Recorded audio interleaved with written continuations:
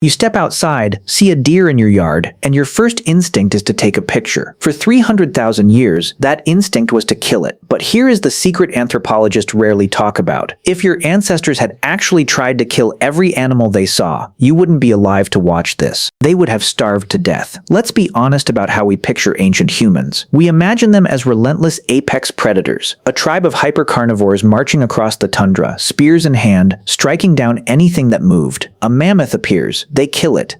A herd of bison runs by. They slaughter them. We treat prehistoric hunting like a trip to a modern grocery store where everything on the shelf is yours if you just reach out and grab it. The truth is exactly the opposite. For the vast majority of human history, walking past a herd of fat, slow animals without throwing a single spear wasn't a missed opportunity. It was a calculated survival strategy. Because hunting was never a sport. It wasn't a game. It was a ruthless, unforgiving mathematical equation. And if you got the math wrong even once, your entire bloodline ended in the dirt. Let's look at the actual cost of a hunt. Everything in the Ice Age ran on a strictly balanced biological budget.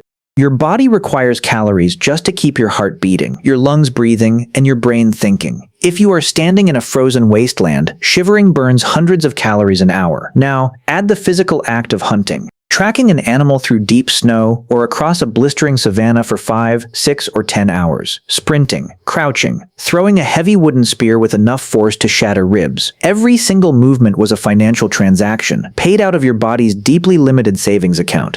If you chase a deer for a day, burn 3,000 calories, and make the kill, you get a massive return on investment. The meat, the fat, the marrow. It pays for the effort tenfold. But what if you miss? What if the spear glances off a shoulder blade?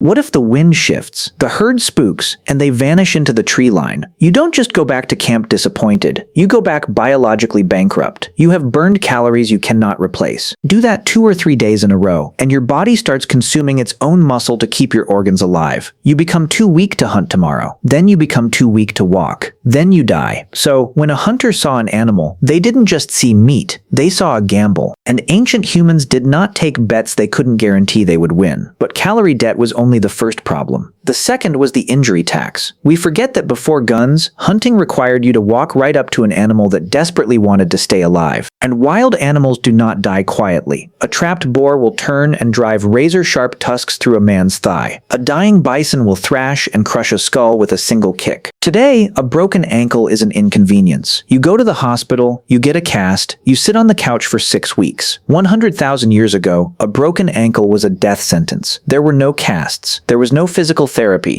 If a hunter shattered his femur trying to bring down a wild horse, he couldn't walk. If he couldn't walk, the tribe had to carry him, feed him, and protect him, burning their own precious calories to keep him alive.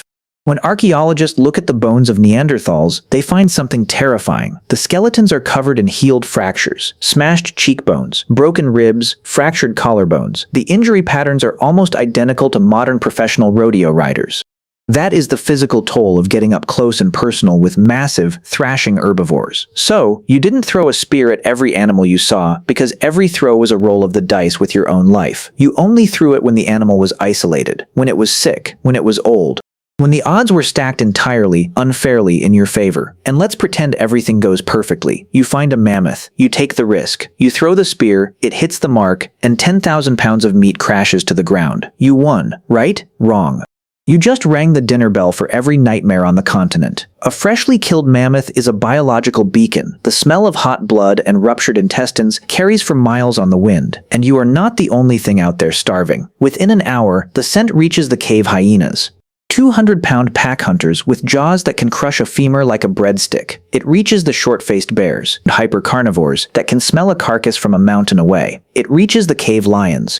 You and your tribe now have a few hundred pounds of meat, but you are standing in the open, holding sharp sticks, while the most terrifying predators the earth has ever produced are running directly at you. You cannot fight them.